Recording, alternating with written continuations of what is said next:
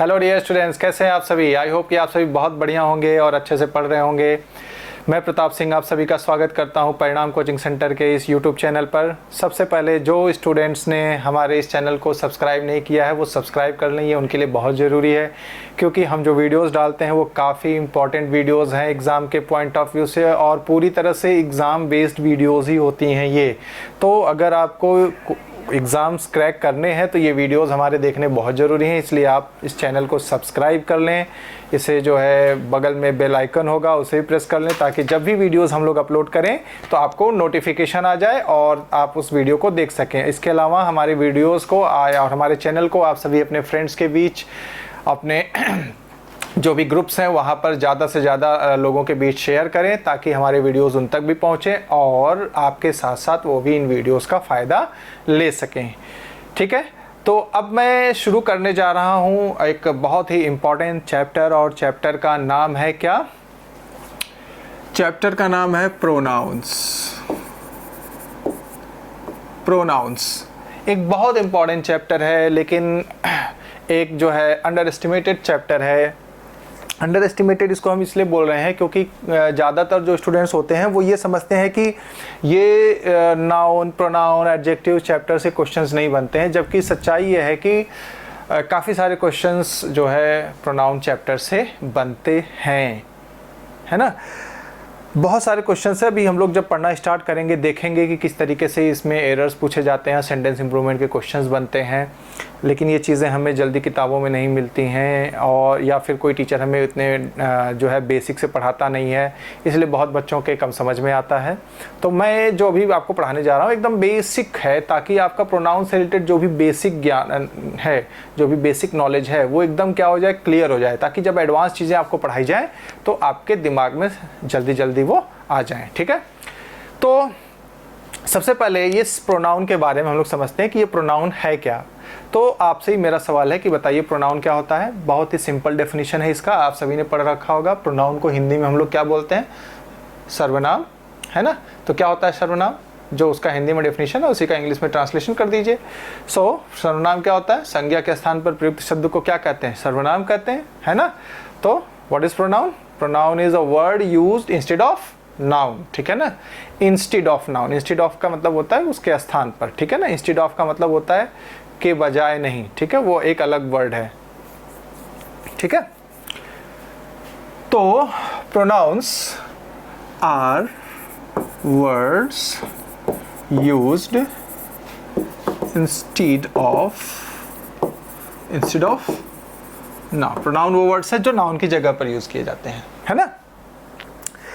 अच्छा, जब हम प्रोनाउंस के बारे में बात करते हैं तो जनरली हमें ये लगता है कि he, she, they, I, we, you, it, him, her, his, them, us, our, your, its, हमको लगता है कि सभी क्या है? प्रोनाउंस है ना। यही लगता है ना हम सभी को, ये सभी क्या है? प्रोनाउंस है। यस, ये बात तो सही है कि सभी प्रोनाउंस है, लेकिन प्रोनाउंस बस इतने ही नहीं है भाई। और ये जो आप देख रहे हो ना, ये एक पर्टिकुलर काइंड ऑफ प्रोनाउन है। प्रोनाउन के कई प्रकार होते हैं। There are 10 kinds of pronoun, 10 प्रकार होते हैं प्रोनाउन के, और आप उसमें से सिर्फ ये एक प्रकार की बात कर रहे हो। Just think how important pronoun is, it has 10 kinds, 10 प्रकार है इसके, लेकिन हम उसमें से खाली एक प्रकार की बात करते हैं, और इसी वजह से हम लोग प्रोनाउन चैप्टर को बहुत हल्के में लेते हैं। जो स्टूडेंट्स हैं वो समझते हैं कि प्रोनाउन, अरे ही, सी, दे, इट, इसमें क्या रखा हुआ है? प्रोनाउन चैप्टर में बहुत कुछ रखा हुआ है, बहुत सारी इंपॉर्टेंट चीजें हैं, ठीक है, और यहां से काफी क्वेश्चंस बनते हैं। तो और क्वेश्चंस का लेवल काफ़ी अच्छा होता है। आगे जब हम प्रोनाउंस चैप्टर पढ़ लेंगे और उसके एक्सरसाइजेस वगैरह सॉल्व करेंगे तो आप सभी देखेंगे वहाँ पर कि किस तरह का क्वेश्चंस यहाँ से बनता है। तो मैंने क्या बताया, प्रोनाउन के 10 प्रकार होते हैं। कितने प्रकार? 10 प्रकार होते हैं। तो उसमें से हम लोग एक एक करके सारे प्रकार समझेंगे। इसमें सबसे पहला प्रकार क्या है? सबसे पहला प्रकार है पर्सनल प्रोनाउन। क्या है? Personal pronoun. ऑलराइट, देखिए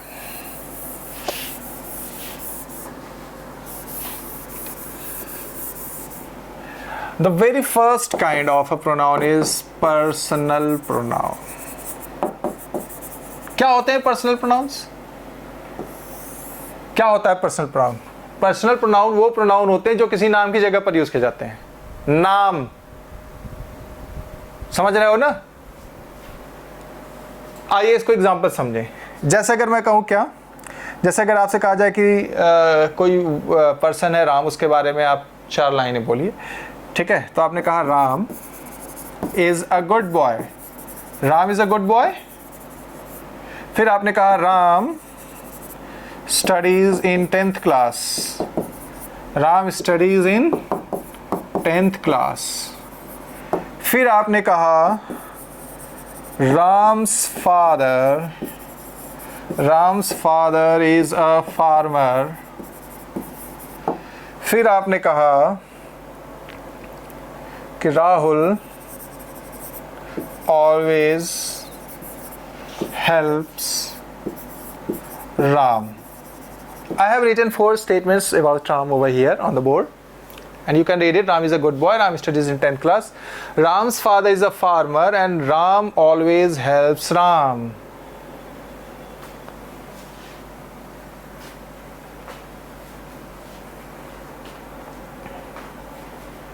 इन 4 सेंटेंसेस में आप सभी देख सकते हैं, ये चारों सेंटेंसेस मैंने किसके ऊपर लिखे हैं? कोई पर्सन है राम या कोई लड़का है राम, उसके बारे में, ठीक है? और आप सभी समझ सकते हैं कि जो फर्स्ट सेंटेंस है इसमें जो राम है, जो फर्स्ट सेंटेंस है इसमें जो राम है वो क्या है? सब्जेक्ट है। यहाँ पर भी राम क्या है? सब्जेक्ट है। यहाँ पे राम, ये पॉजेसिव केस बनाया हुआ है। क्या बनाया हुआ है? Possessive case. और उसके बाद यहाँ पर राहुल है, खैर वो तो सब्जेक्ट हो गया। ये यहाँ पे जो राम है ये क्या है? मेन वर्ब के बाद लिखा हुआ है, वो उसका ऑब्जेक्ट हो गया। तो फर्स्ट 2 सेंटेंसेस में राम सब्जेक्ट की पोजीशन पर है, थर्ड सेंटेंस में राम जो है पॉजेसिव केस बनाया हुआ है, और फोर्थ सेंटेंस में राम जो है वो ऑब्जेक्ट की पोजीशन पर है। ठीक है ना? ओके, अब हमें यह समझना है कि क्या ये सेंटेंसेस ठीक हैं? तो आप कहेंगे नहीं ये ठीक नहीं है, ये थोड़े वियर्ड हैं। क्यों? वो इसलिए क्योंकि हम इन एग्जाम्पल्स में बार बार एक पर्सन के नाम को रिपीट कर रहे हैं, और किसी भी चीज़ की रिपीटिशन अच्छी नहीं लगती। अच्छी लगती क्या? थोड़ा वियर्ड सी फील होती है, फीलिंग आती है ना? इसीलिए क्या बना? प्रोनाउन वर्ड बना। इसीलिए क्या बना? प्रोनाउन वर्ड बना, ताकि उस रिपीटिशन को रोका जा सके। मेरी बात समझ में आ रही है? इसको हम एक दूसरे तरीके से हिंदी में पहले मैं आपको समझा देता हूं। जैसे अगर मैं एक सेंटेंस कहूं कि राम एक बहुत अच्छा लड़का है, और राम के बारे में और बातें करूं, राम के पिताजी की बड़ी मदद करता है, राम के भाइयों की भी बड़ी मदद करता है, राम का होमवर्क एकदम टाइम से करता है। ये जो सेंटेंसेस मैंने कहे, राम एक बहुत अच्छा लड़का है, राम के पिताजी की मदद करता है, राम के भाइयों की भी मदद करता है, राम का होमवर्क एकदम टाइम पे करता है। क्या आपको ये वियर्ड नहीं लग रहे हैं? लग रहे हैं ना वियर्ड? क्यों? वो इसलिए क्योंकि इन सेंटेंसेस में हमने कहीं पर भी प्रोनाउन वर्ड यूज नहीं किया। लेकिन अगर इन्हीं सेंटेंसेस को मैं हटाकर ऐसे बोलूं, इन्हीं सेंटेंसेस में मैं हटाकर करेक्शन करके थोड़ा कुछ अलग प्रकार से बोलूं, जैसे कि राम एक बहुत अच्छा लड़का है, वह अपने पिताजी की मदद करता है, वह अपने भाइयों की भी मदद करता है, वह अपना होमवर्क समय पर करता है। अब यहां पर बताइए, पहला जो बोलने का तरीका था कि राम बहुत अच्छा लड़का है, पहले सेंटेंस में हमने तो राम को रखा, राम एक बहुत अच्छा लड़का इधर भी रखा था, राम एक बहुत अच्छा लड़का उधर भी रखा था। लेकिन इधर जब मैंने बोला राम के पिताजी की मदद करता है, राम के पिताजी की मदद करता है, तो अजीब नहीं लग रहा? राम के पिताजी, ये क्या बात हुई भाई? लेकिन वही जब मैं बोलूंगा कि राम अपने पिताजी की, तो ये जो अपना वर्ड आया ये किसके लिए आया? राम के लिए आया ना। और चूंकि ऊपर एक बार मैं राम मेंशन कर चुका हूं तो मैं दोबारा, मुझे दूसरे सेंटेंस में सब्जेक्ट राम बोलने की जरूरत है ही नहीं, मुझे सीधा बोलना चाहिए वह अपने पिताजी की मदद करता है। तो वह भी किसकी जगह पर आया? राम की जगह पर आया। अपने किसकी जगह पर आया? राम की जगह पर आया। तो ये दोनों जो वर्ड है वह और अपने, ये है क्या? प्रोनाउंस है। क्या है वो? प्रोनाउंस है। सेम इसी तरीके से इंग्लिश में भी हो सकता है। इंग्लिश में कैसे? जैसे यहां देखिए, अगर मैं कहूं Ram is a good boy, Ram is a good boy, ठीक है ना। अगर हमारे पास प्रोनाउन नहीं होता तो हम सेंटेंस कैसे बनाते हैं? हम ऐसे बनाते हैं, Ram helps Ram's father, Ram helps Ram's father, Ram does Ram's homework on time. ऐसे तमाम सेंटेंसेस में बोलता। क्या ये सेंटेंस अजीब नहीं है ना? क्यों? क्योंकि we are repeating a name again and again.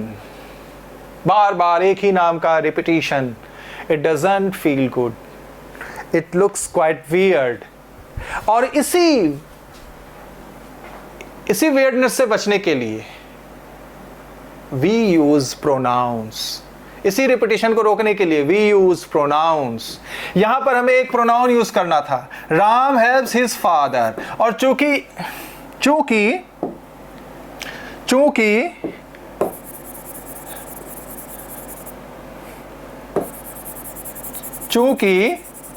एक बार नाम मैंने ऊपर के सेंटेंस में लिख दिया है, ठीक है ना, एक बार नाम मैंने ऊपर के सेंटेंस में लिख दिया है, तो मुझे यहां पर क्या लिखना चाहिए था? हिज। यहां पर एक बार राम आ चुका है तो वी नो कि किसके बारे में हम बात कर रहे हैं, क्योंकि ये कंसेक्यूटिव सेंटेंसेस है, एक के बाद एक, हम तो उसी के बारे में बात कर रहे हैं। तो यहां पर क्या आना चाहिए था? ही। उसी तरीके से यहां पर भी क्या आना चाहिए था? ही। यहां पर क्या आना चाहिए था? हिज। समझ गए ना प्रोनाउन का कॉन्सेप्ट? प्रोनाउन क्यों यूज किया जाता है? इसी रिपीटिशन को रोकने के लिए, इस वियर्डनेस से बचने के लिए। एक बहुत ही एब्सर्ड सिचुएशन हो जाती है ये।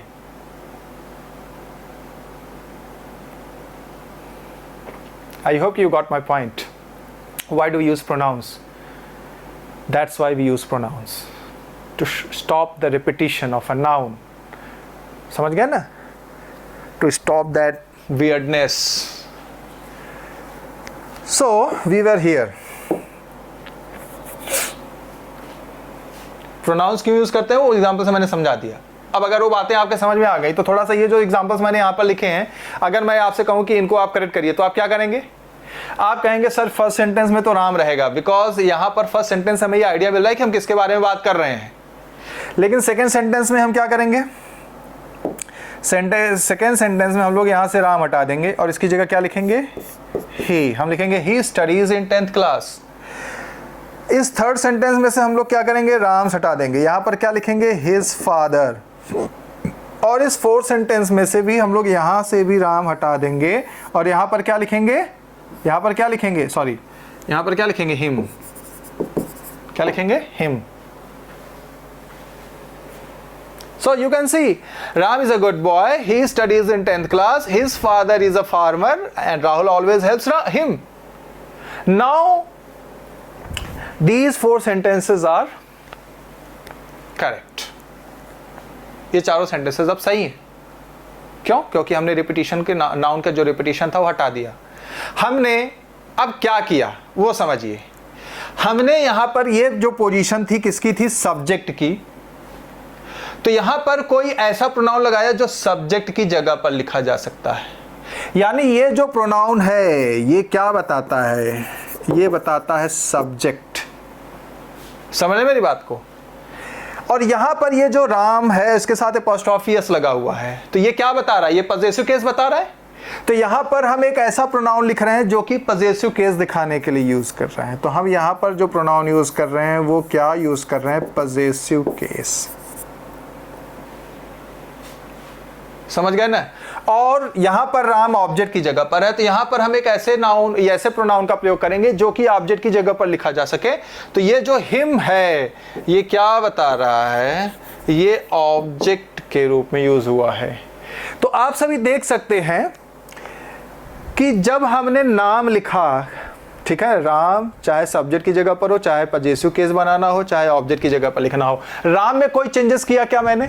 राम में कोई चेंजेस किया क्या? नहीं, राम में कोई चेंजेस नहीं किया। चाहे वो सब्जेक्ट की जगह पर लिखना हो, चाहे ऑब्जेक्ट की जगह पे, चाहे उसमें पजेसिव केस। पजेसिव केस बनाने के लिए सिर्फ एक चीज ऐड कर दी जाती है, उसमें एपोस्ट्रोफी एस। किसी नाउन का पजेसिव केस बनाने के लिए उसमें या तो एपोस्ट्रोफी एस ऐड कर दिया जाता है या एपोस्ट्रोफी ऐड कर दिया जाता है, if it is a living being. समझ गए ना, यदि वो कोई सजीव हो तो।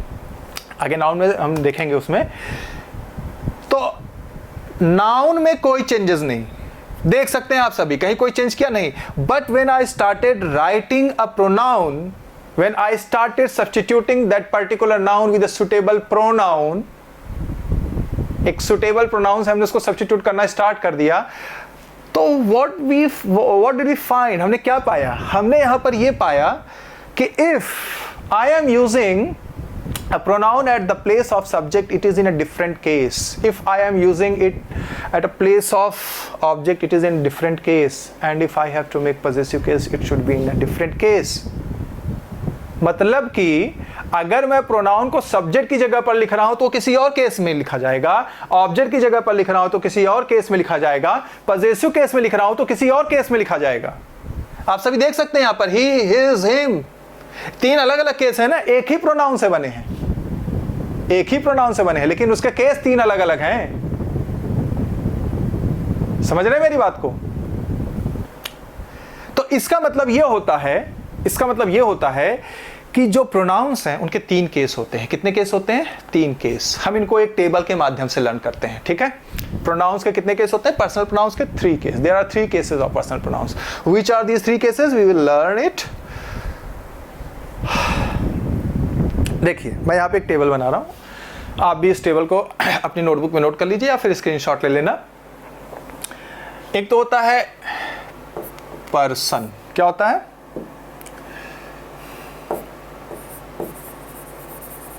पर्सन, ठीक है।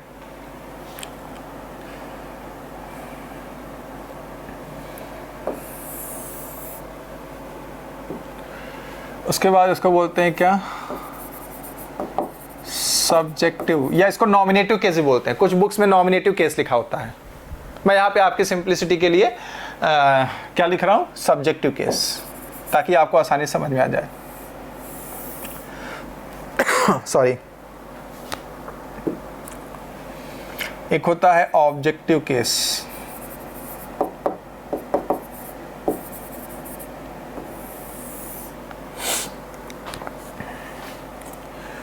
और एक होता है क्या?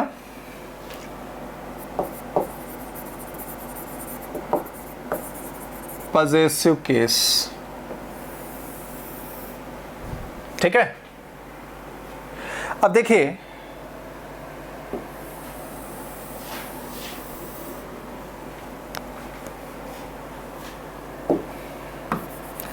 सबसे पहले हम लोग बात करते हैं किसकी? फर्स्ट पर्सन की। किसकी बात करते हैं? First person. फर्स्ट पर्सन, एक चीज देखना, फर्स्ट ये हो गया, फर्स्ट के साथ ये ऊपर एसटी उड़ाने की जरूरत नहीं, ये लिखने का एक गलत तरीका है। ऑलवेज कीप इन माइंड, ये जो ऊपर उड़ाया जाता है, जब आप पर्टिकुलर नंबर लिख के ऊपर एसटी लिखेंगे तब ये हो गया फर्स्ट। लेकिन अगर आप रोमन नंबर्स में लिख रहे हैं तो ये सिंबल जो है ये अपने आप में फर्स्ट है, ऊपर आपको एसटी लिखने की जरूरत नहीं है, ठीक है ना। इस चीज का हमेशा ध्यान रखना। So first person, first person में दो आते हैं। कौन कौन से? फर्स्ट पर्सन में दो आते हैं। एक होता है क्या? एक होता है आई, ठीक है ना, आई, और दूसरा होता है क्या? वी। ये दोनों क्या है? फर्स्ट पर्सन में आते हैं, ठीक है। फिर आता है क्या? Second person.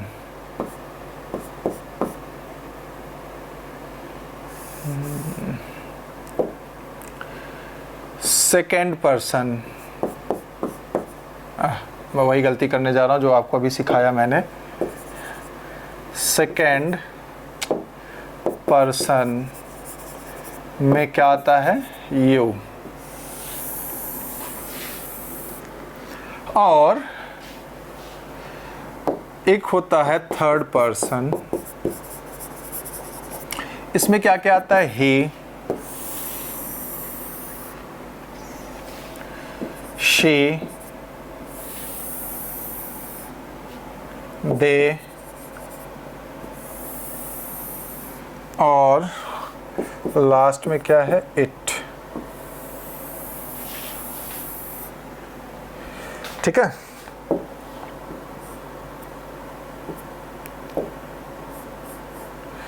ओके, अब आप सभी देख सकते हैं कि ये सारे क्या है? सब्जेक्टिव केस हैं। फर्स्ट पर्सन में आई और वी आता है, सेकंड पर्सन में यू आता है, थर्ड पर्सन में ही, शी, दे और इट आता है। समझ गए ना? अब इनका ऑब्जेक्टिव केस क्या होता है? तो आई का जो ऑब्जेक्टिव केस होता है वो होता है मी, और वी का जो होता है वो होता है क्या? अस। इनके पॉजेसिव केस क्या होते हैं? इनके दो पॉजेसिव केस होते हैं। जैसे आई का एक पॉजेसिव केस होता है क्या? एक पॉजेसिव केस क्या होता है? माइन। क्या होता है? माइन। ठीक है, एक पॉजेसिव केस होगा, गड़बड़ हो गया। एक पॉजेसिव केस होगा माइन और एक क्या होगा? माई।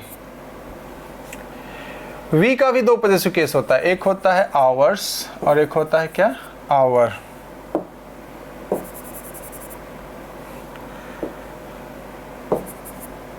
ठीक है ना? यू के क्या होते हैं? यू का ऑब्जेक्ट यू ही होता है, और इसका एक पॉजेसिव केस होता है योर्स और एक पॉजेसिव केस होता है your.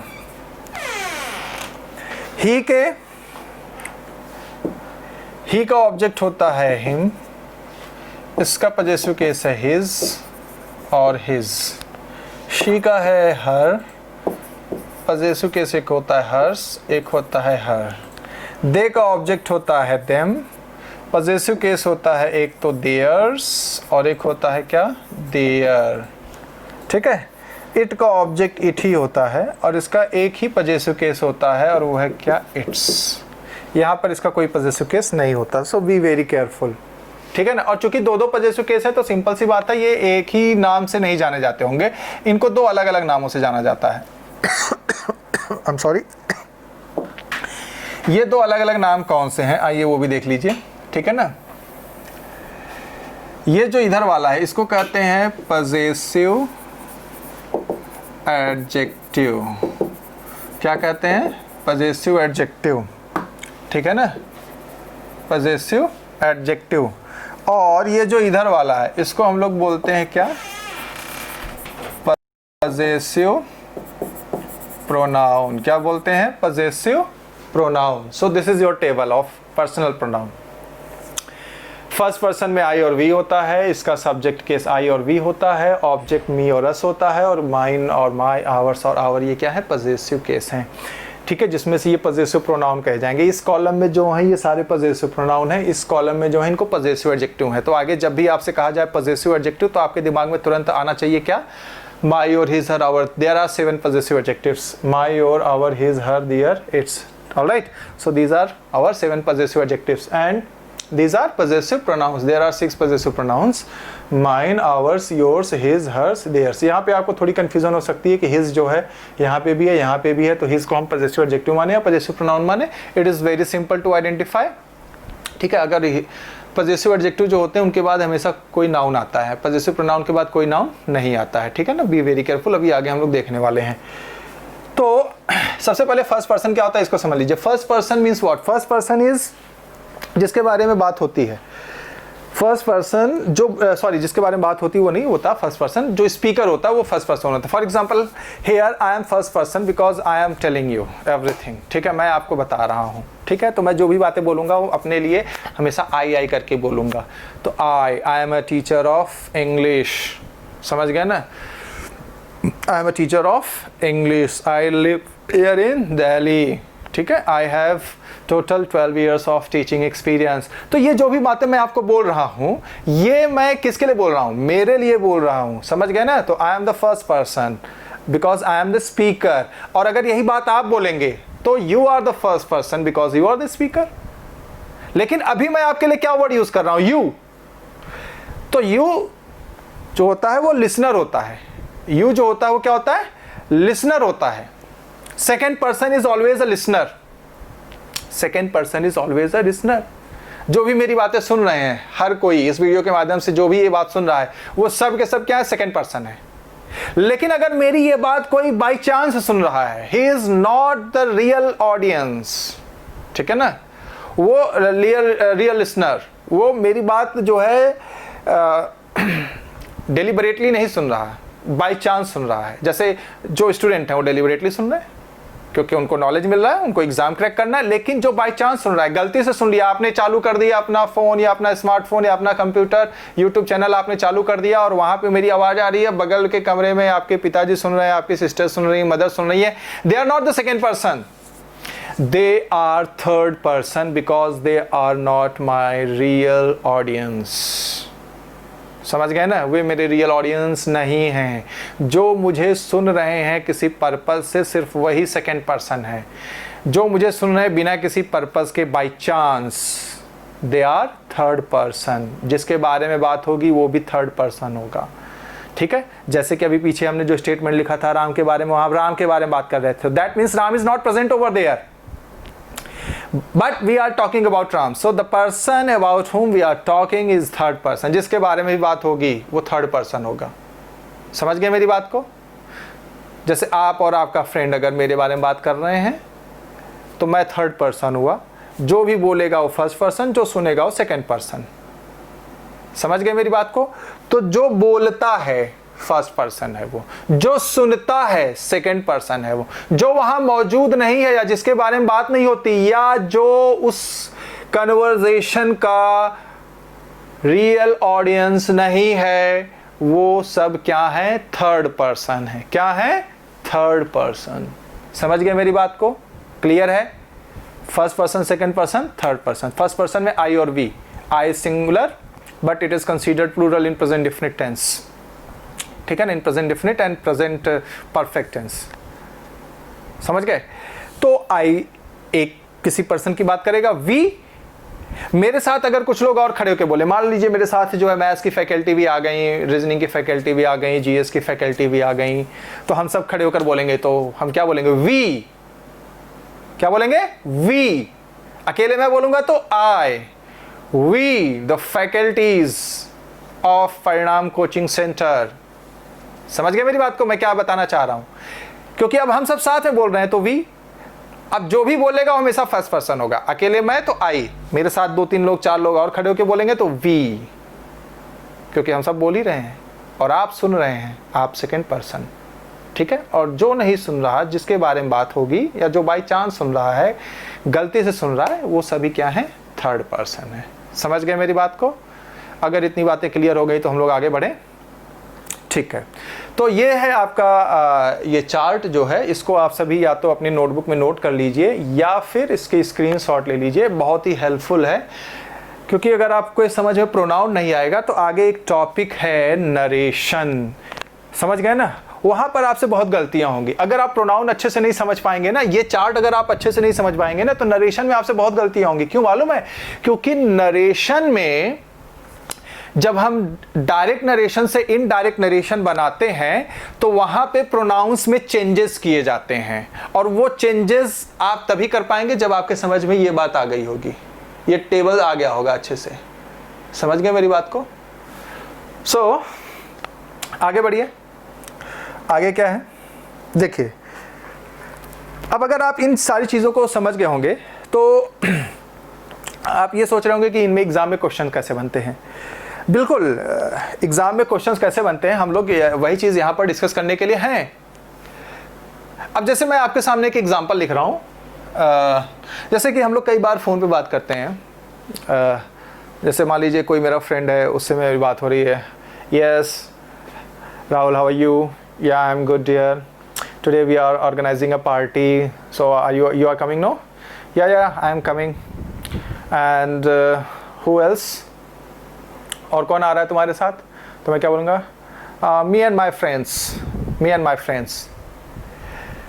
So when I say this sentence, me and my friends are coming.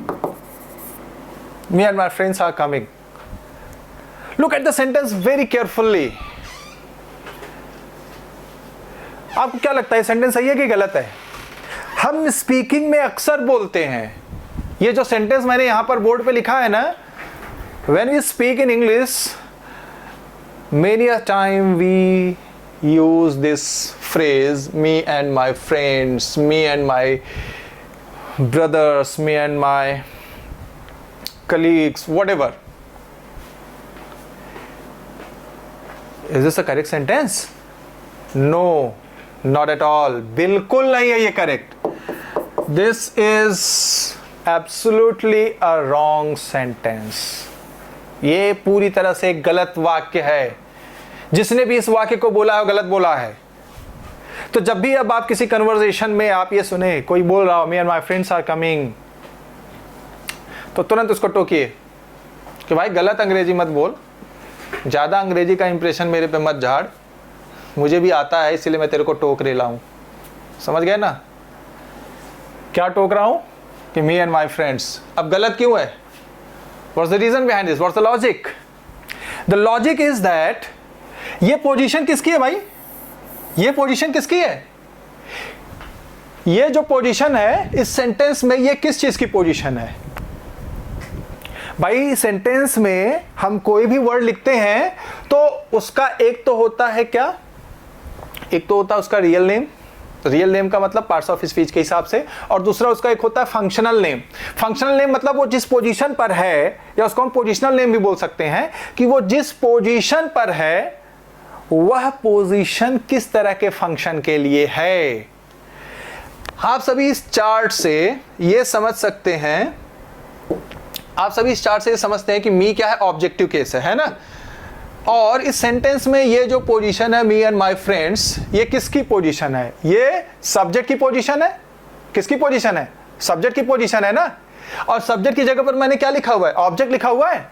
तो क्या सही होगा? नहीं होगा ना. समझ गए मेरी बात को? तो मी एंड माय फ्रेंड्स क्यों गलत होता है? इसी वजह से गलत होता है क्योंकि जब मैं वहां पे अपने फ्रेंड को या किसी को भी ये बता रहा हूं कि मैं और मेरे दोस्त आ रहे हैं, तो उस आने का वो ऑब्जेक्ट है या उस आने का वो डूअर है, सब्जेक्ट है. समझ गया मेरी बात को? वो उसका सब्जेक्ट है. तो me and my friends is wrong. Instead of me and my friends I should have written my friends and I. My friends and I. समझ गए मेरी बात को? मुझे क्या लिखना चाहिए था? माई फ्रेंड्स एंड आई. ये होगा आपका करेक्ट सेंटेंस. अब आप में से कई लोग ये सोच रहे होंगे कि अच्छा ठीक है, चलिए मान ली मैंने आपकी बात कि मी एंड माई फ्रेंड्स गलत है, तो माई फ्रेंड्स और आई क्यों लिखा? आई एंड माई फ्रेंड्स क्यों नहीं लिखा? आई एंड माई फ्रेंड्स क्यों नहीं लिखा? हमने ये क्यों नहीं लिखा? हमने ये क्यों नहीं लिखा? हमने ये क्यों नहीं लिखा? आई एंड माई फ्रेंड्स. हमने ये क्यों नहीं लिखा? तो मैं आपको बता दूं ये भी गलत है. अब आप बोलेंगे क्यों गलत है? मी को तो हमने सब्जेक्ट, ऑब्जेक्ट था तो हमने उसको सब्जेक्ट तो बना दिया.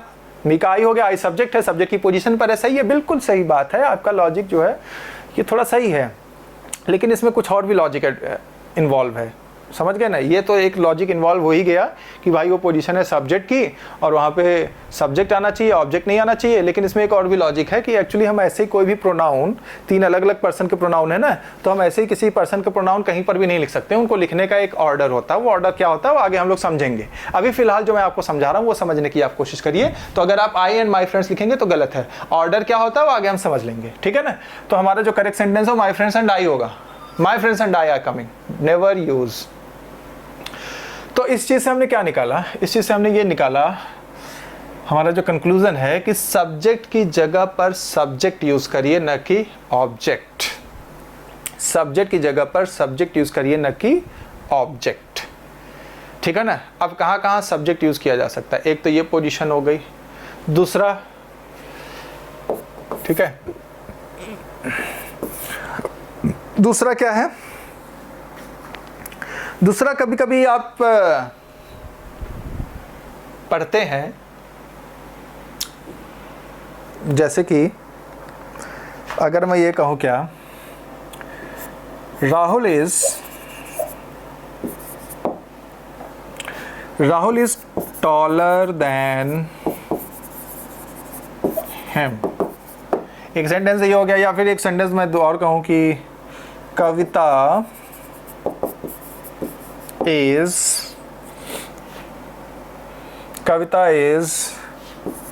as clever as me। ये सेंटेंसेस आपके सामने लिखे हैं मैंने। अगेन द सेम प्रॉब्लम, ये सेंटेंस आपको दिखने में एकदम सही लग रहे होंगे, These sentences seem to be correct, ये एकदम सही लगते हैं और हम बोलते भी हैं इन्हीं को, लेकिन ये दोनों ही सेंटेंसेस गलत हैं। Both these sentences are wrong. Why? What's the logic behind? क्या कारण है इसके पीछे, क्या तर्क है इसके पीछे? तर्क बहुत ही सिंपल है। तर्क बहुत ही सिंपल क्या है, ये क्या है टॉलर देन, ये क्या है as clever as. As clever as positive degree है, टॉलर देन जो है वो कंपैरेटिव डिग्री है। एक चीज आप सभी समझ लीजिए, ये जो डिग्री है, डिग्री एडजेक्टिव का एक पार्ट है। डिग्री एडजेक्टिव में पढ़ते हैं जहां हम किसी क्वालिटी को लेकर तुलना करते हैं दो या दो से ज्यादा लोगों के बीच में। So degree is actually used to compare, और पॉजिटिव डिग्री और कंपैरेटिव डिग्री दो लोगों के बीच कंपैरिजन शो करता है, दो से ज्यादा नहीं, दो लोगों के बीच में। ठीक है ना। तो जब भी हम पॉजिटिव डिग्री और कंपैरेटिव डिग्री यूज कर रहे हैं तो यहां पर तुलना किसके बीच, कंपैरिजन किसके बीच हो रहा है, राहुल और हिम के बीच में, कविता और हिमी के बीच में।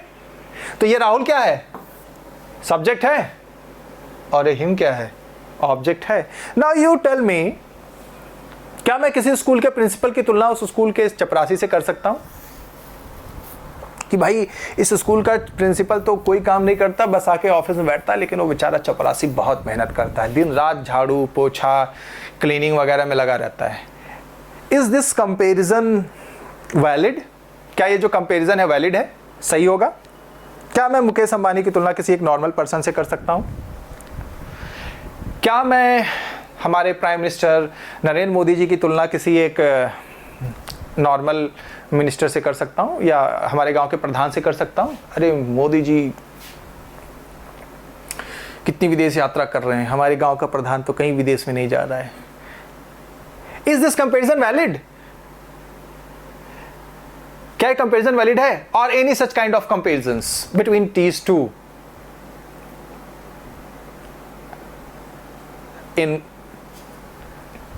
इनवैलिड है ना? क्यों? क्योंकि कहा मोदी जी, कहा हमारे गांव का प्रधान,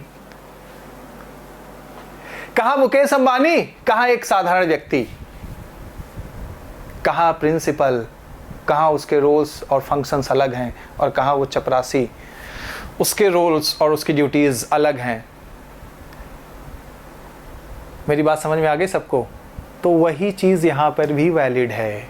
कंपैरिजन हमेशा दो समान लोगों के बीच होता है। मैं नरेंद्र मोदी जी की तुलना मनमोहन सिंह से कर सकता हूं, क्योंकि वो भी एक प्राइम मिनिस्टर थे और ये भी एक प्राइम मिनिस्टर हैं।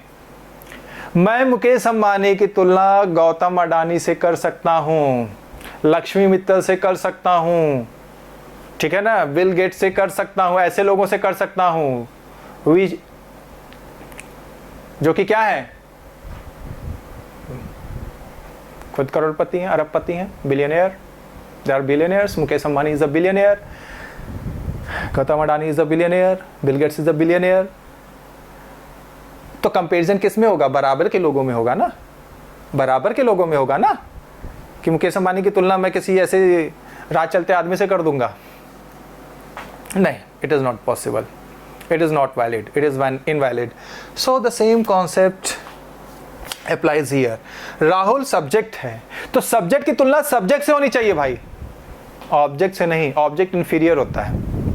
Object is the receiver of the action. Object कौन होता है? ऑब्जेक्ट होता है एक्शन का रिसीवर, वो इंफीरियर होता है। सब्जेक्ट की तुलना सब्जेक्ट से होनी चाहिए भाई, ऑब्जेक्ट से नहीं होनी चाहिए। ये सब्जेक्ट है, इसकी तुलना सब्जेक्ट से होनी चाहिए, इसलिए यहां हिम नहीं आएगा। क्या आएगा? ही करेक्ट सेंटेंस है, और ही की जगह आप ही इज भी लिख सकते हैं, ये भी सही है, ये भी सही है। चाहे आप सिर्फ ही लिखिए, चाहे आप ही इज लिखिए, both are correct. Next, Kavita is as clever as me. गलत है ये। क्यों गलत है? क्योंकि कविता इज ए सब्जेक्ट। कविता एक सब्जेक्ट है। सब्जेक्ट की तुलना किससे होनी चाहिए? सब्जेक्ट से होनी चाहिए। मी ऑब्जेक्ट है, तुलना बराबरी में नहीं है, इसलिए मी नहीं होगा। क्या होगा? आई या फिर आई एम, जो भी आप लिखना चाहें, ये दोनों ही क्या है? सही है। समझ गए मेरी बात को? तो ये हो गया सेकेंड पॉइंट, जहां पर हमें क्या यूज करना चाहिए? सब्जेक्ट यूज करना चाहिए। क्या यूज करना चाहिए? सब्जेक्ट। इस तरह के किसी भी एग्जाम्पल में, ठीक है, आप यहां पर क्या यूज करेंगे? सब्जेक्ट यूज करेंगे। जब भी दो लोगों के बीच में कंपैरिजन हो रहा है, अगर सब्जेक्ट से कंपैरिजन हो रहा है, तो जिसकी कंपैरिजन हो रही है वो भी सब्जेक्ट होना चाहिए। किसकी कंपैरिजन हो रही है? यहाँ पे जो भी ही जिसको भी रिप्रेजेंट कर रहा है। और किससे कंपैरिजन हो रही है? राहुल से। तो राहुल सब्जेक्ट है, तो ये भी सब्जेक्ट होना चाहिए। कविता सब्जेक्ट है, तो ये भी सब्जेक्ट होना चाहिए। ठीक है ना?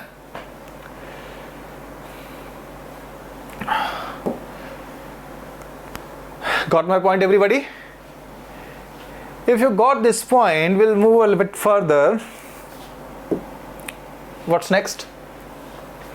The third point is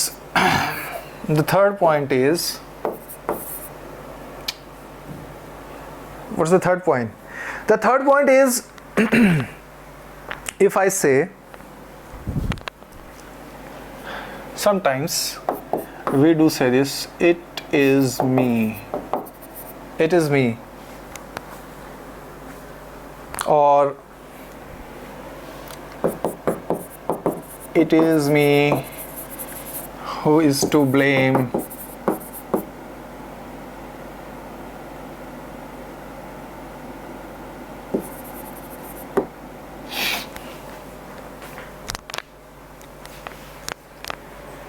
I have written two sentences over here. Tell me if this sentence is correct.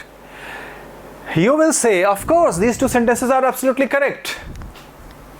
अगर मैं आपसे पूछूं कि बताओ ये दोनों सेंटेंसेस सही हैं कि गलत हैं, तो आपका जवाब ये होगा कि यस, हाँ बिल्कुल सही है। और मेरा जवाब होगा no, they are wrong. A big cross. Why are they wrong? क्यों गलत है ये? क्यों गलत है? शाबाश। क्यों गलत है? बहुत आसान है। हम इस तरह का सेंटेंस कब बोलते हैं? It's me. When do I say? मैं कब बोलता हूं? I am giving an example of this. एक बहुत ही साधारण शब्दों में मैं आपको इस एक उदाहरण के माध्यम से समझाना चाहता हूं। सपोज मैं अपने घर पर गया, मेरे घर का दरवाजा बंद था, मैं स्कूल या कॉलेज से छूटा या कोचिंग से छूटा, मैं अपने यहाँ से गया अपने घर पे, तो घर का दरवाजा अंदर से बंद था।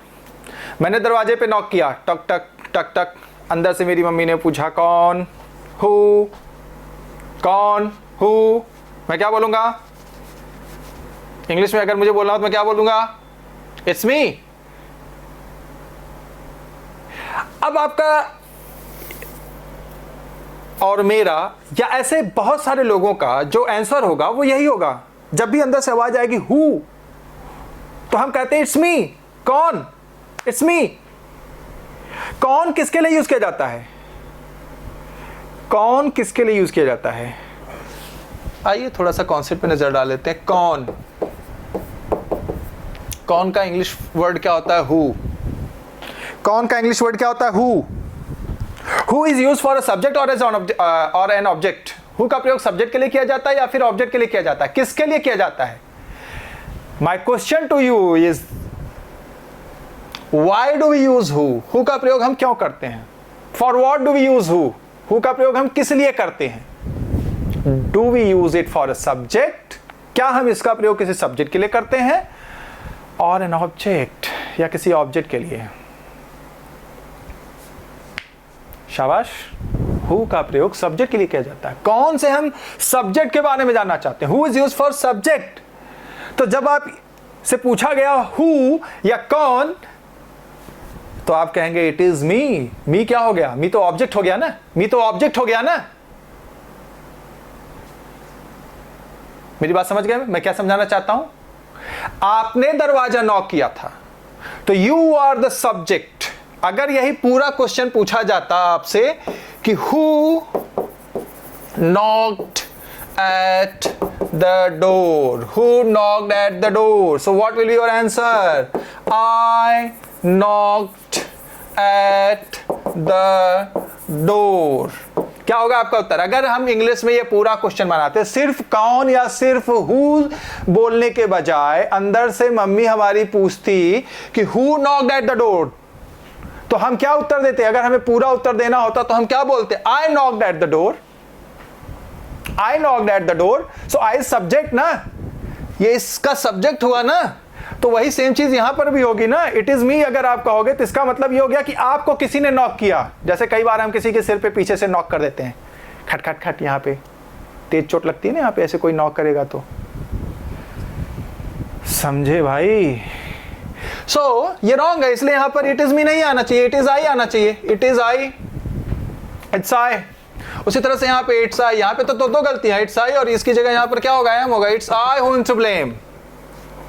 आप में से कई लोगों को सेंटेंस गलत लग रहा है, it is I who is to blame, who am to blame. क्यों गलत लग रहा होगा? उनको लग रहा होगा कि it's I who am to be blamed, ये होना चाहिए था। बिल्कुल वो भी सही है, ये भी सही है। हु इज टू ब्लेम, ये जो सेंटेंस मैंने लिखा है it is I who am to blame, इसका मतलब वही है it is I who am to be blamed. समझ गए ना? एक फ्रेज है, इसको इसी तरीके से यूज किया जाता है, ठीक है ना। यहाँ ब्लेम करने के लिए मैं हूँ, इसका मतलब ये हो गया, ठीक है। और वैसे भी ये इन्फिनिटिव के रूल से रिलेटेड है, जो आगे आपको समझ में आएगा जब इन्फिनिटिव चैप्टर पढ़ाया जाएगा। तो अभी उतना डीप में घुसने की जरूरत नहीं है, आप बस ये समझ लीजिए कि यहाँ पे मी की जगह क्या होना चाहिए था? आई, और यहाँ पे चूंकि ये रिलेटिव प्रोनाउन है तो रिलेटिव प्रोनाउन के बाद जो वर्ब आता है पीछे जो एंटीसीडेंट होता है। एंटीसीडेंट क्या होता है आगे जब रिलेटिव प्रोनाउन पढ़ाऊंगा तो वहाँ बताऊंगा। फिलहाल यहाँ पे समझ लीजिए एंटीसीडेंट आई है। एंटीसीडेंट, ठीक है ना, कौन है? आई है। एंटीसीडेंट क्या होता है ये मैं आगे आपको पढ़ाऊंगा, ठीक है। जब रिलेटिव प्रोनाउन बताऊंगा तो रिलेटिव प्रोनाउन के बारे में मैं पढ़ाऊंगा विस्तार से वहाँ पे, क्योंकि जनरली किसी किताब में इसके बारे में विशेष रूप से नहीं बताया गया है और नहीं जनरली कोई टीचर इसके हाथ डालना चाहता है, क्योंकि इंग्लिश में कुछ टॉपिक्स ऐसे होते हैं ना टीचर वहाँ हाथ नहीं डालना चाहते, क्योंकि हाथ वहाँ डालेंगे तो हाथ जल जाएगा। जलने का मतलब समझ रहा हूँ आप सभी, ठीक है, क्योंकि उस टॉपिक पर उनको वो खुद कन्फ्यूज रहते हैं। मार्केट में 99% टीचर्स ऐसे हैं जो रिलेटिव प्रोनाउन अच्छे से आपको नहीं बता सकते हैं, क्योंकि वो खुद कंफ्यूज रहते हैं उसमें, ठीक है। लेकिन मैं आपको सिखाऊंगा कि रिलेटिव प्रोनाउंस क्या होते हैं, कैसे उनको हम यूज़ करते हैं, ठीक है, उनके ऊपर एरर कैसे आता है, वो सब चीज़ें हम आगे देखेंगे। अभी फिलहाल आपको यहाँ पर ये समझना है कि ये जो मैं आपको बता रहा हूँ इट इज़ मी, तो वो गलत है। इट इज़ आई होगा, इट्स आई, इट्स ही, ठीक है ना। आई होप कि इस क्वेश्चन से आप लोगों को एकदम डाउट क्लियर हो गया होगा।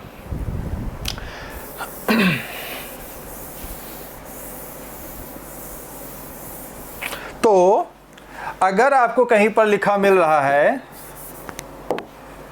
अगर आपको कहीं पर लिखा मिल रहा है it is him, it is her, it is them, it is sorry it is them, it is us, तो ये सब गलत है।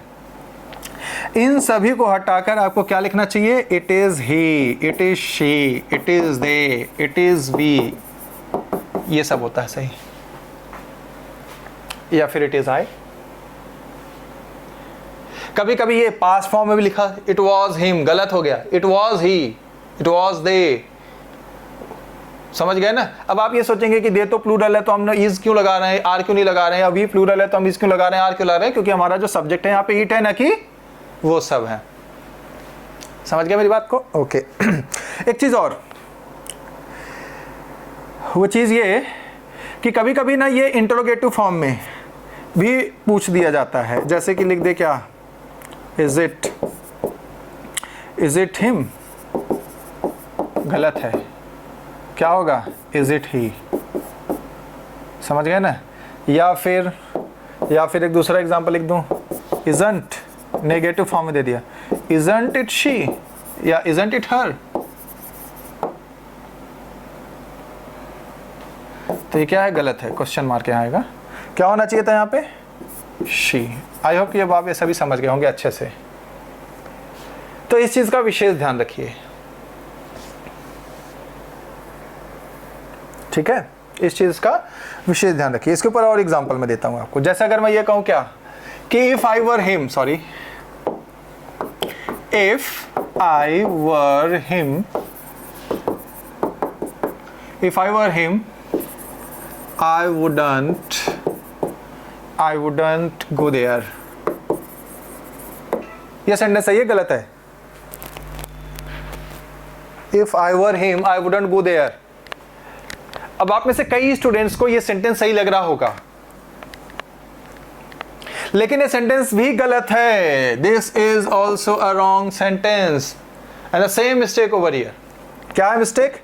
यहां पर हिम नहीं होगा, ही होगा। What's the concept? What's the logic? The same concept applies over here। वही कॉन्सेप्ट जो भी आपने पीछे यहां पर देखा, यहां पर इन सभी एग्जांपल्स में, वही कॉन्सेप्ट इस एग्जांपल में भी अप्लाई हो रहा है, इस एग्जांपल में भी अप्लाई हो रहा है। इफ आई वर हिम, अभी मैंने क्या बताया था?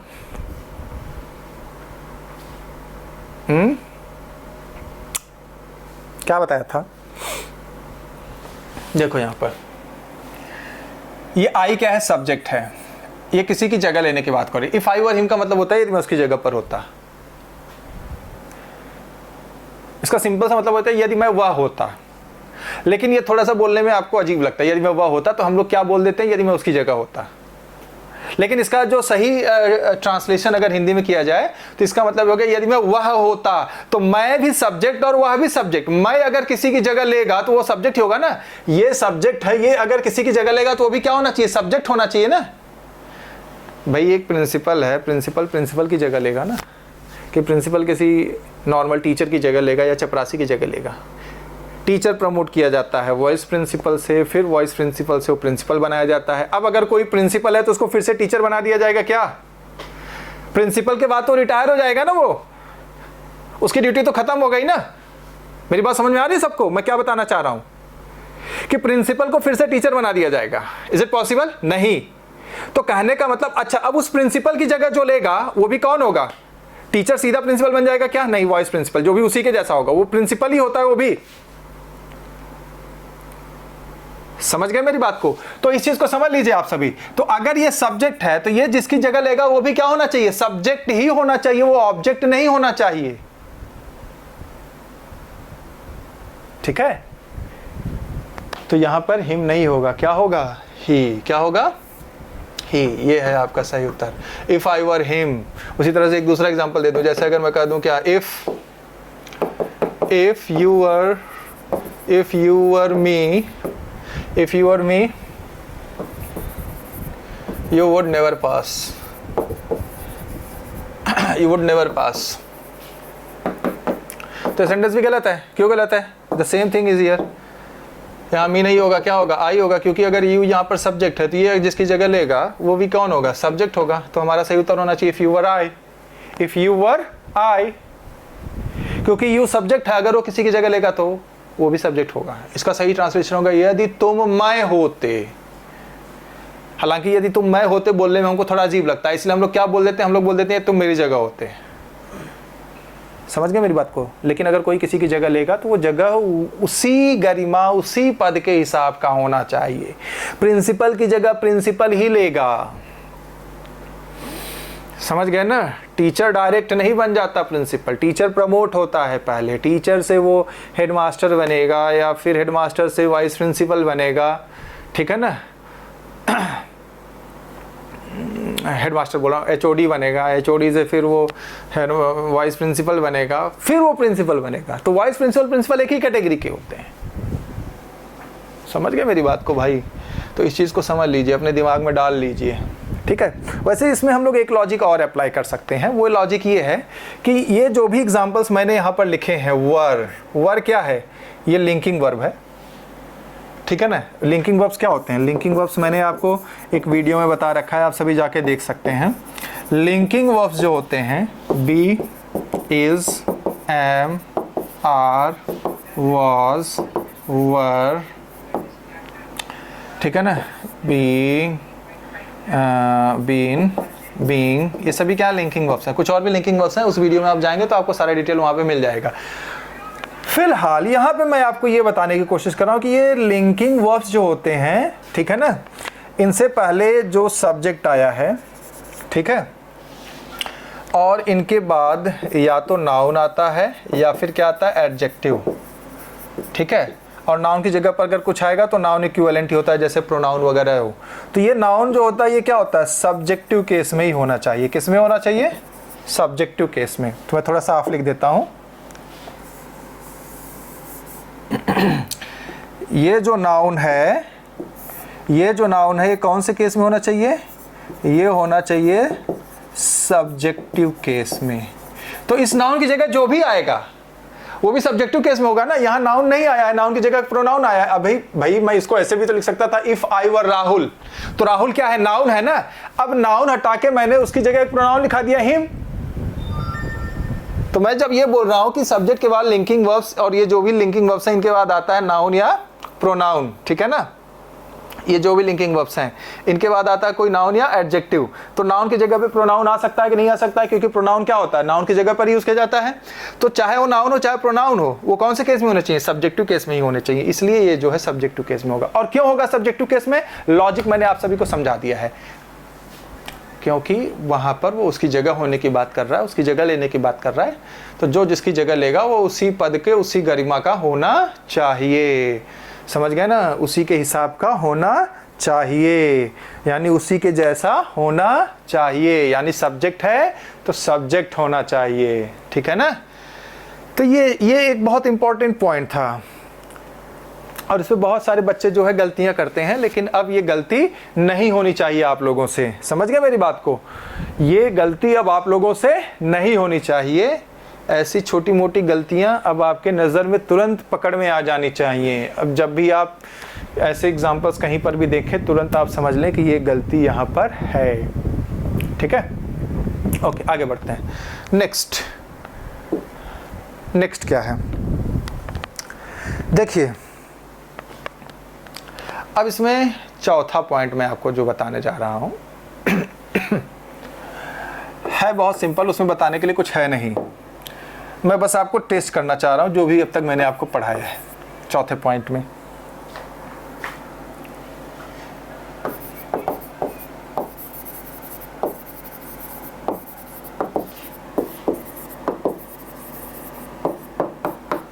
I have written a sentence over here. You have to just tell me if this sentence is right or wrong. You have to tell me whether this sentence is right or wrong.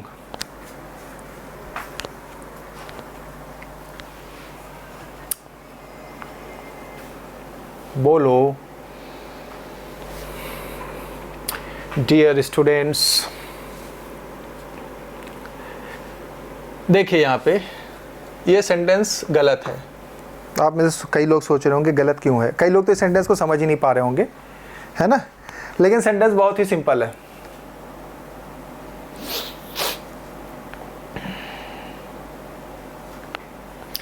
क्या गलती है, यहाँ him नहीं आएगा, him नहीं आएगा, him की जगह क्या आ जाएगा, ही। क्यों आ जाएगा, इतना सिंपल सा सेंटेंस, फिर भी आप में से कई लोग इसको पहचान नहीं पाए। क्यों आ जाएगा ही, ये पोजीशन किसकी है,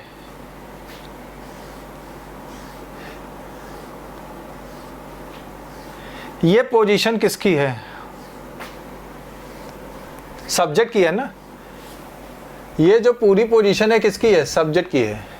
अब आप में से कई लोग सोच रहे होंगे नहीं सिर्फ यू है सब्जेक्ट। अरे भाई यू तो सब्जेक्ट है ही, यू के बाद क्या आ रहा है, एंड।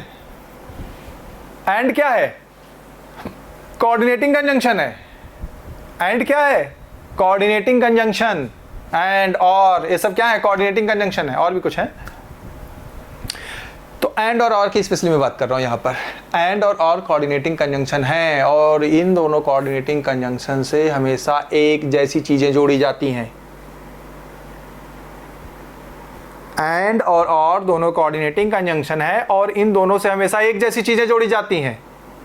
मेरी बात समझ में आई? इन दोनों से हमेशा एक जैसी चीजें जोड़ी जाती हैं। जब ये बात आपसे कही जा रही है तो इसका मतलब ये है कि अगर यूज सब्जेक्ट है तो इसके बाद एंड से जोड़कर जो चीज लिखी जाएगी वो भी सब्जेक्ट होगी। अगर यहां कोई वर्ब होता तो एंड के बाद हम वर्ब लिखते, अगर ये यहां पर कोई एडजेक्टिव होता तो एंड के बाद हम एडजेक्टिव लिखते, क्योंकि इनके साथ हमेशा एक ही कैटेगरी की चीजें लिखी जाती हैं, अलग अलग कैटेगरी की नहीं। अगर यू ऑब्जेक्ट होता तो यहां पे हिम जो है सही था, लेकिन यू यहां सब्जेक्ट है, ऑब्जेक्ट नहीं है, तो सिंपल सी बात है एंड से जोड़कर जो चीज लिखी जाएगी वो भी क्या होनी चाहिए? सब्जेक्ट होनी चाहिए। भाई समझो इस बात को, मैं फिर से बता रहा हूं, एंड और ये दोनों कोऑर्डिनेटिंग कंजंक्शन है और इन दोनों से हमेशा एक जैसी चीज जोड़कर लिखी जाएगी। एक जैसी का मतलब ये हो गया कि अगर इनसे कोई सब्जेक्ट, इनके पहले कोई सब्जेक्ट आया तो इनके बाद भी सब्जेक्ट, पहले कोई ऑब्जेक्ट आया तो बाद में ऑब्जेक्ट, पहले कोई एडजेक्टिव आया तो बाद में एडजेक्टिव, वर्ब आया तो इनके बाद वर्ब, एडवर्ब आया तो इनके बाद एडवर्ब, मींस एक जैसी चीजों को ये जोड़कर लिखेंगे, अलग अलग जैसी चीजों को जोड़कर नहीं लिखेंगे। यू सब्जेक्ट, हिम ऑब्जेक्ट, दोनों अलग अलग टाइप की चीजें हो गई ना, अलग अलग कैटेगरी की चीजें हो गई ना। Is it possible? तो ये गलत हो जाएगा। क्या हो जाएगा? गलत।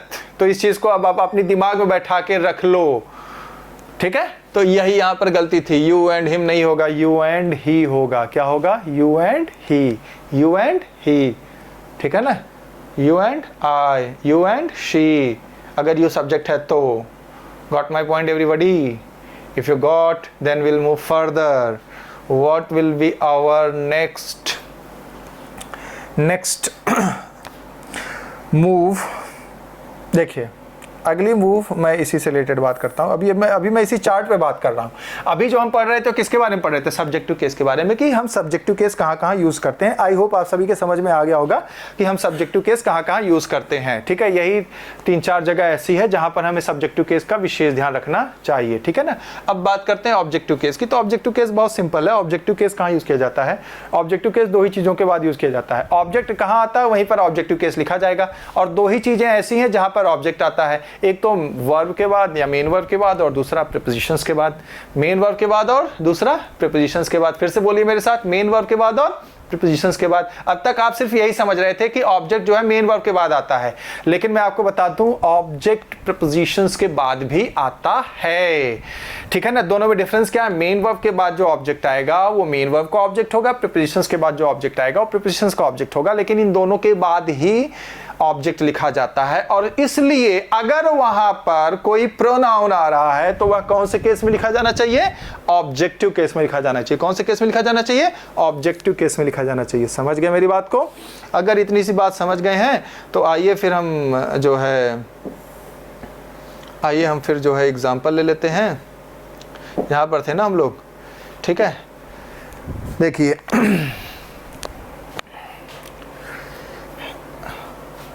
तो सेकंड हमारा है ऑब्जेक्टिव केस। ऑब्जेक्टिव केस कहाँ कहाँ आता है? ठीक है ना?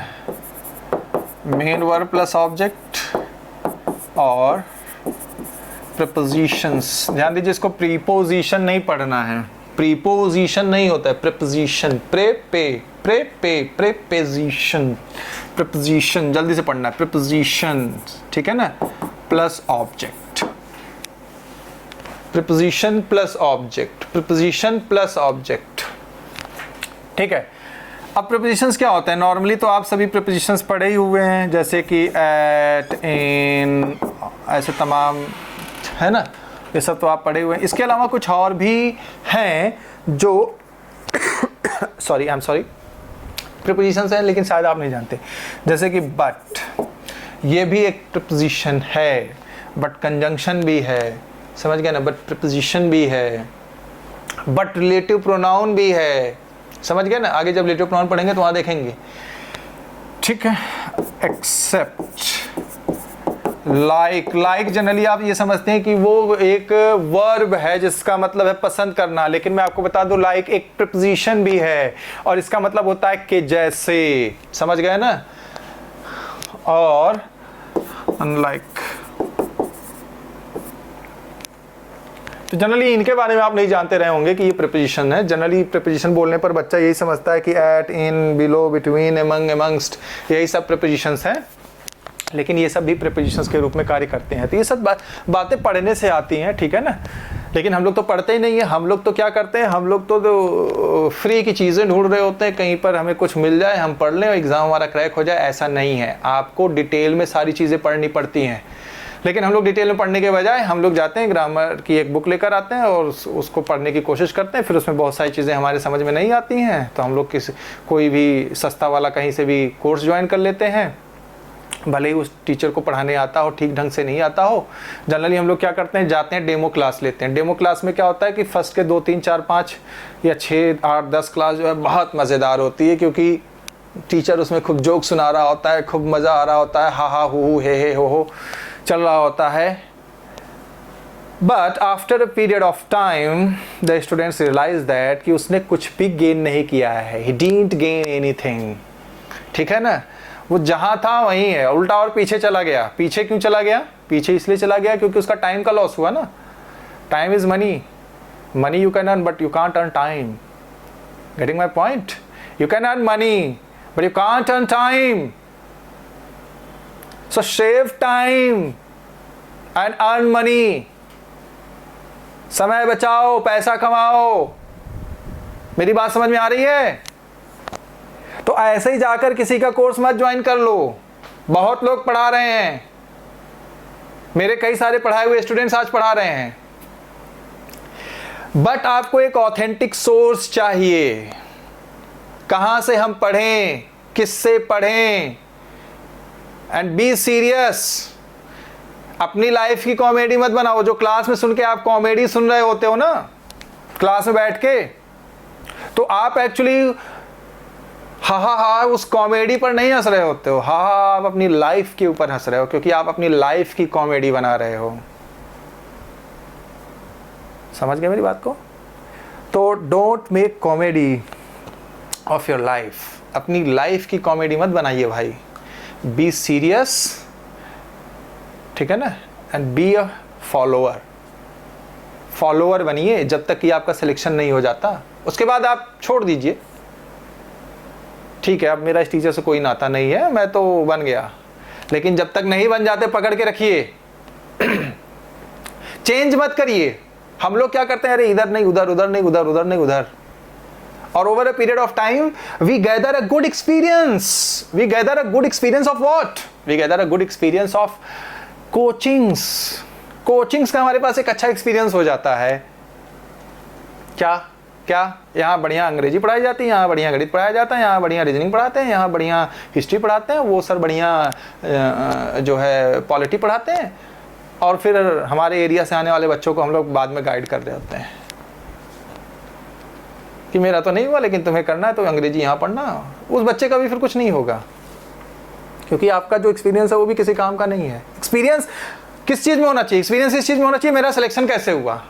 एक्सपीरियंस किस चीज़ में होना चाहिए? एक्सपीरियंस इस चीज़ में होना चाहिए कि मेरा सिलेक्शन कैसे हुआ, मुझे ये बताना है आपको। मेरा सिलेक्शन मैंने ऐसे पढ़ा, इतने घंटे पढ़ाई की, ऐसे ऐसे पढ़ाई की, तब जाके मेरा सिलेक्शन हुआ। ये मेरी स्ट्रैटेजीज रही। ये बताना है आपको बच्चों को, कि या बच्चों को ये बताना है कि मैं तो 5 साल से यहाँ पे पढ़ रहा हूँ, दिल्ली में या इलाहाबाद में या फिर पटना में, प्रयागराज में, और यहाँ से तुम रीजनिंग कर लो, ये सर से तुम मैथ्स पढ़ लो, ये सर से इंग्लिश पढ़ लो। Okay, let's come to our point, ठीक है। तो ये सारी चीज़ें हैं भाई। तो मेन वर्ब के बाद ऑब्जेक्ट आता है या फिर प्रीपोजिशंस के बाद ऑब्जेक्ट आता है। अब मेन वर्ब में भी एक चीज़ ऐसी है जिसके बारे में आप नहीं जानते, जैसे लेट है। लेट एक वर्ब है, लेट इज अ वर्ब, इसके बाद भी ऑब्जेक्ट ही आएगा। लेट क्या है? लेट वर्ब है, लेट इज अ वर्ब। जैसे दूसरे वर्ब है come, go, sleep, drink, wait, the same way let is also a verb. तो उसके बाद भी क्या आएगा? ऑब्जेक्ट ही आएगा, ठीक है ना। और एक चीज और है इसमें, जीरंड। जीरंड के बाद भी ऑब्जेक्ट आता है, जीरंड के बाद भी ऑब्जेक्ट आता है। अबे जीरेंट क्या होता है? Gerund is actually verbal noun, it is ING form of verb used as a noun. जैसे हम लोग बोलते हैं ना, सिगरेट अगर आप पीते होंगे या किसी को पीते हुए देखे होंगे तो वहाँ पे देखिए सिगरेट के पैकेट्स पे लिखा होता है smoking is injurious to health. So smoking क्या है? स्मोकिंग जीरेंट एक्चुअली वहाँ पे। स्मोक जो होता है वर्ब होता है जिसका मतलब होता है धूम्रपान करना, उसमें आईएनजी लगा के उसको हमने कहाँ लिखा? सब्जेक्ट की जगह पर। Smoking is injurious to health, तो स्मोकिंग कहाँ है उस जगह पे? सब्जेक्ट की जगह पर। सब्जेक्ट की जगह पर क्या होता है? या तो नाउन या तो प्रोनाउन। नाउन वाले टॉपिक में मैंने पढ़ा रखा है, समझ गए मेरी बात को? लेकिन वहां पे वर्ब का आईएनजी फॉर्म आया। तो बेसिकली वो जो जीरेंट है भले ही वो नाउन है लेकिन बना तो वर्ब से ही है, तो उसकी कुछ फीचर्स वर्ब के जैसे ही होते हैं।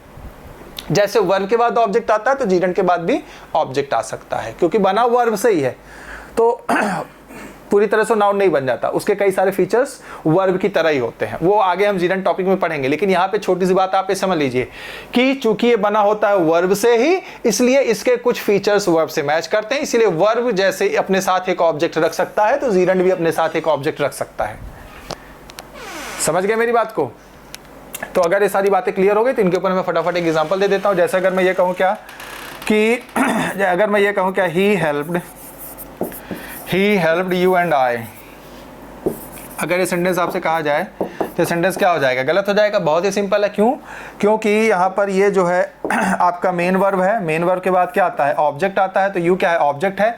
और अभी कुछ देर पहले मैंने आपको क्या बात बताई? अभी कुछ देर पहले मैंने आपको ये बात बताई कि एंड और कोऑर्डिनेटिंग कंजंक्शन है और इनके साथ हमेशा एक जैसी चीजें जोड़कर लिखी जाती हैं। तो यू अगर ऑब्जेक्ट है तो एंड के साथ जो चीज लिखी जाएगी एंड के बाद तो वो भी क्या होगी? ऑब्जेक्ट होगी। यानी यहाँ पर क्या होना चाहिए था? मी होना चाहिए था। तो ये हो गया मेन वर्ब। मेन वर्ब के बाद ऑब्जेक्ट आता है, तो यू ऑब्जेक्ट है तो आई भी ऑब्जेक्ट होना चाहिए था। आई नहीं होना चाहिए था, क्या होना चाहिए था? वहां पर मी होना चाहिए था। समझ गए मेरी बात को? ओके। अगला एग्जाम्पल, जैसे मैं कहूँ क्या, अगर मैं कहूँ कि अगर मैं ये कहूँ कि let Ram and I go, let Ram and I go, तो सेंटेंस क्या हो जाएगा? ये भी गलत हो जाएगा। क्यों गलत हो जाएगा? क्योंकि अभी मैंने क्या बताया? लेट वर्ब ही होता है। Let is a verb, let verb ही है और कुछ नहीं है। समझ गए ना? वर्ब है वो। तो लेट के बाद राम आया है तो ये क्या हो गया? ये ऑब्जेक्ट हुआ। तो ऑब्जेक्ट अगर ये हुआ तो हम एक ही चीज अभी बार बार कर रहे हैं कि एंड और कोऑर्डिनेटिंग कंजंक्शन है। एंड यहाँ पर आ गया है तो अगर ये ऑब्जेक्ट है तो ये भी क्या होना चाहिए था? ऑब्जेक्ट ही होना चाहिए था ना। ये होगा ना सही, क्योंकि एंड और के साथ हमेशा एक जैसी चीजें लिखी जाती हैं। यही चीज मैं आपको बार बार बता रहा हूं। उसी तरह से जीरेंट, जैसे कि अगर मैं ये कहूं क्या अगर मैं एक एग्जांपल कहूं कि विजिटिंग ही इज इंजूरियस बोल रहा हूं, visiting he is delightful. Injurious मेरे दिमाग में आ गया, सिगरेट वाला एग्जांपल बैठा हुआ था। आई डोंट स्मोक एक्चुअली, ठीक है ना, तो इसलिए टेंशन मत लीजिए। तो विजिटिंग ही इज डिलाइटफुल, तो ये सेंटेंस क्या है? गलत है। क्या गलती है इसमें भाई? गलती क्या है? गलती यही है, विजिटिंग यहाँ पर जीरेंट है क्योंकि वो सब्जेक्ट की जगह पर आया आईएनजी फॉर्म। तो ही क्या होना चाहिए था? उसका ऑब्जेक्ट होना चाहिए था, क्योंकि मैंने क्या बताया? जीरेंट में कुछ प्रॉपर्टीज वर्ब की ही होती हैं। समझ गए मेरी बात को? इसलिए यहाँ पर ही नहीं होगा, क्या होगा? हिम होगा।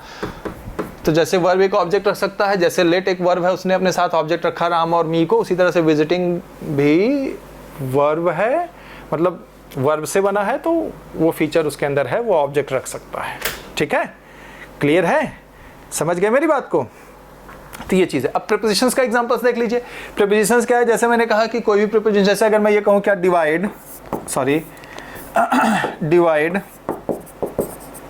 Divide these mangoes between you and he, divide these mangoes between you and he. थोड़ा सेंटेंस को रीड करिए, देखिए सही है कि गलत है। शाबाश। Divide these mangoes between you and he, गलत है। क्या गलती है? गलत है। क्या गलती है भाई? क्या गलती है? गलती यहां पर है, ही नहीं होगा। क्या होगा? हिम। क्यों होगा हिम? क्यों होगा हिम? बताइए। शाबाश। इसलिए होगा क्योंकि बिटवीन क्या है? प्रीपोजिशन है। बिटवीन क्या है? प्रीपोजिशन। और किसी भी प्रीपोजिशन के बाद क्या आता है? ऑब्जेक्ट आता है। तो यू यहां पर क्या हुआ? यू ऑब्जेक्ट हुआ। और अगर यू ऑब्जेक्ट हुआ तो एंड से जोड़कर जो चीज लिखी जाएगी वो भी क्या होनी चाहिए? ऑब्जेक्ट होनी चाहिए ना। यही बता रहा हूं ना मैं आपको। कि एंड और कोऑर्डिनेटिंग कंजंक्शन है। तो जब मैं आपको पढ़ा रहा हूं तो उस एग्जांपल के सिर्फ आंसर पर ही नहीं ध्यान देना है आपको। जब भी मैं आपको पढ़ा रहा हूं तो मेरे मुंह से जो भी बातें निकल रही हैं ना, वो भी आपके लिए एक बहुत बड़ी कॉन्सेप्ट है, बहुत इंपॉर्टेंट चीजें हैं वो। इन चीजों को आपको अपने नोटबुक में नोट करना है। हम लोग क्या करते हैं, हम लोग ये करते हैं कि टीचर जो पढ़ा रहा है, अगर ऑनलाइन पढ़ा रहा है तो हम लोग सटाक से स्क्रीनशॉट ले लेते हैं, है ना। टीचर थोड़ा इधर उधर हुआ, तुरंत एग्जांपल से एकदम बोर्ड पूरा क्लियर हुआ और हम लोग क्या किया, हमने तुरंत जो है स्क्रीनशॉट ले लिया। बट दैट्स गुड, आप ले ले तो अच्छा करते हो, लेकिन जो बातें यहाँ बोली जा रही हैं मेरे द्वारा, उसको भी, जो इसमें इंपॉर्टेंट चीज़ें हैं उसको आप सभी नोट करिए। समझ गए? तो मैंने यहाँ एंड और आर का कोई रूल नहीं कहा, लेकिन अगर मैं आपको बता रहा हूँ तो उस चीज़ को आपको नोट कर लेना चाहिए। ठीक है, आगे वो चीज़ें रिपीट होंगी तो और अच्छी बात है, आपको ध्यान में रहेगा, आपको तुरंत याद आएगा, ये तो मैंने वहाँ पढ़ रखा था, वहाँ पढ़ाया गया था मुझे। ठीक है, तो ये चीज़ है। जैसे यहाँ पर देखिए आगे अगला,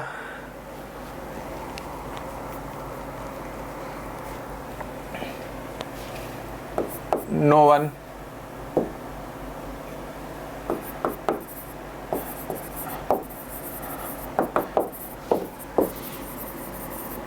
no one went to school but या एक्सेप्ट अगर ही कहा जाए तो गलत होगा। सेम वही चीज़, बट या एक्सेप्ट यहाँ पर प्रीपोजिशन है। बट का जब प्रीपोजिशन होता है तो उसकी मीनिंग वही एक्सेप्ट होती है। तो यहाँ पे ही नहीं होना चाहिए था, क्या होना चाहिए था, हिम। क्या होना चाहिए था, हिम, एक्सेप्ट हिम।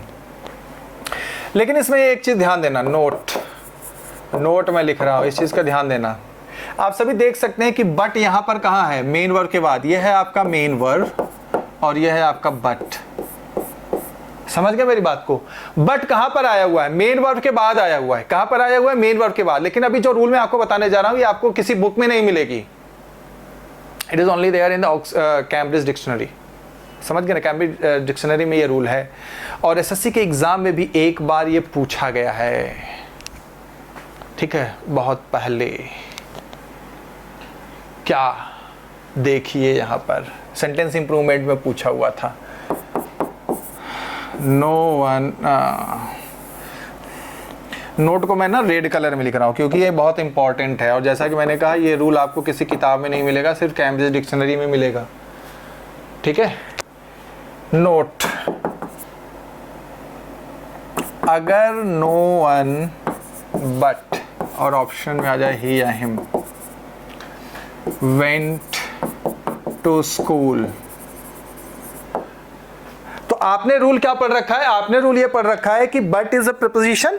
अच्छा, ये भी हमारे लिए एक क्वेश्चन है कि बट प्रीपोजिशंस है, ये हम कैसे पहचानेंगे। तो इसकी पहचान बहुत सिंपल है, ठीक है ना। अगर आ जाए ऑल,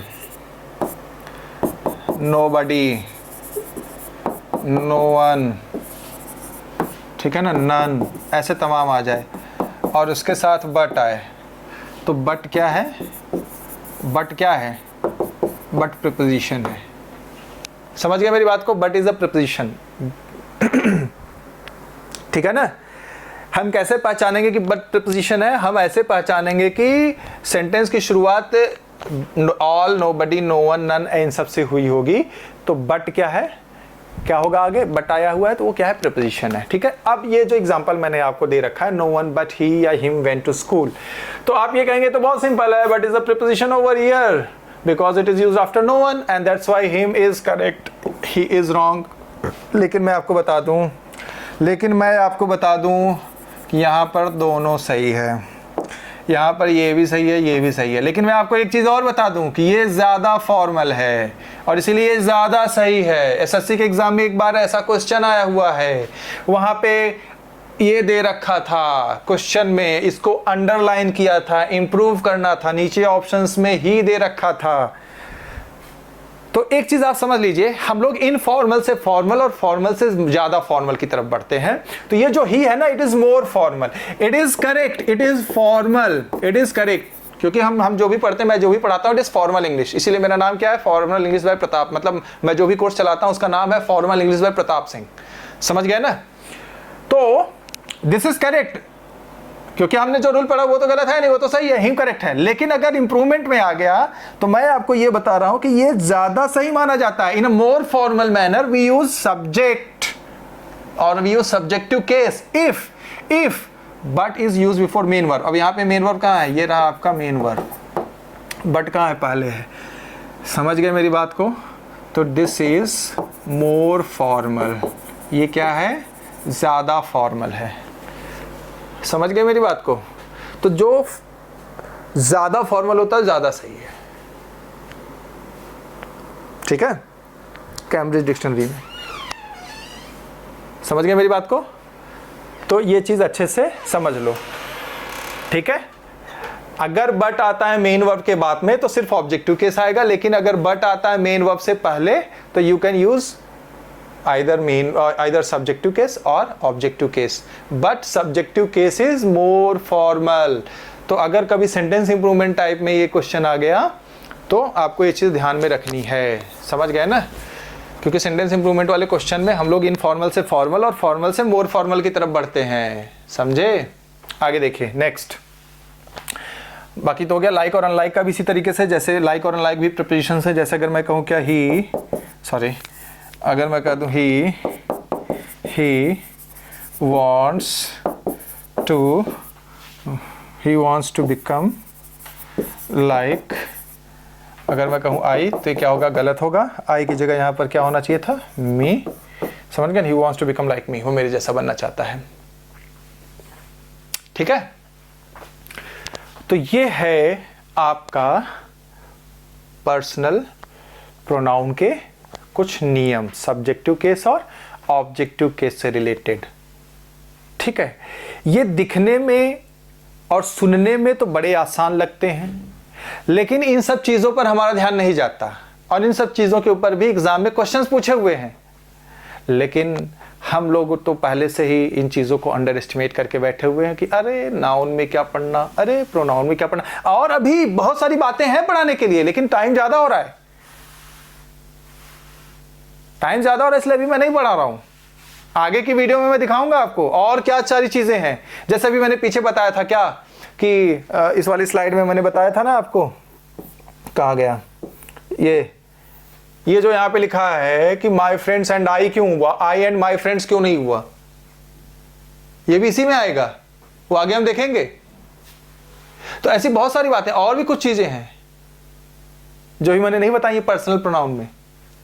तो मेरा सिर्फ आपसे ये कहना है कि एक्चुअली जो भी आपको इस तरह की गलत जानकारी देता है कि ये सब हल्के टॉपिक है, इन पर ध्यान मत दो, खाली एक ही टॉपिक पढ़ो, प्रीपोजिशंस। और दूसरी चीज, ये जो प्रीपोजिशंस टेंसेस आप पढ़ते हैं ना, वो भी गलत पढ़ते हैं।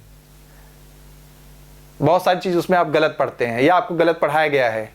सबसे बड़ी बात तो प्रीपोजिशंस का प्रोनाउंसिएशन ही आपको सही नहीं सिखाया गया। आपको तो बोल बोल कर पढ़ाया जाता है प्रीपोजिशन। बोलो बच्चों क्या लिखा है? प्रीपोजिशन।